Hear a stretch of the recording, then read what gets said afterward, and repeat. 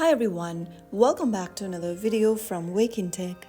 In this video, we will be learning how to go premium on MyFitnessPal.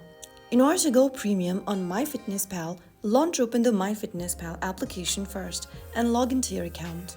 Now from the home page of MyFitnessPal, go ahead and tap on the More button at the bottom right.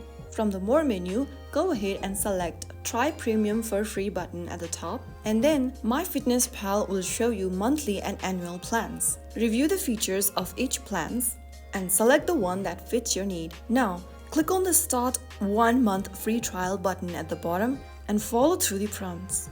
You will be redirected to the Google Play or App Store for payment. Enter your payment details and confirm the purchase.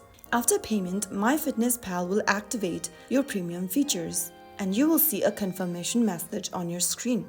After you subscribe to the premium, you will now be able to enjoy exclusive features to improve your health and fitness journey. If you found this tutorial helpful, don't forget to like, share, and subscribe to the channel for more helpful guides. I'll be back in the next video. Stay tuned till then.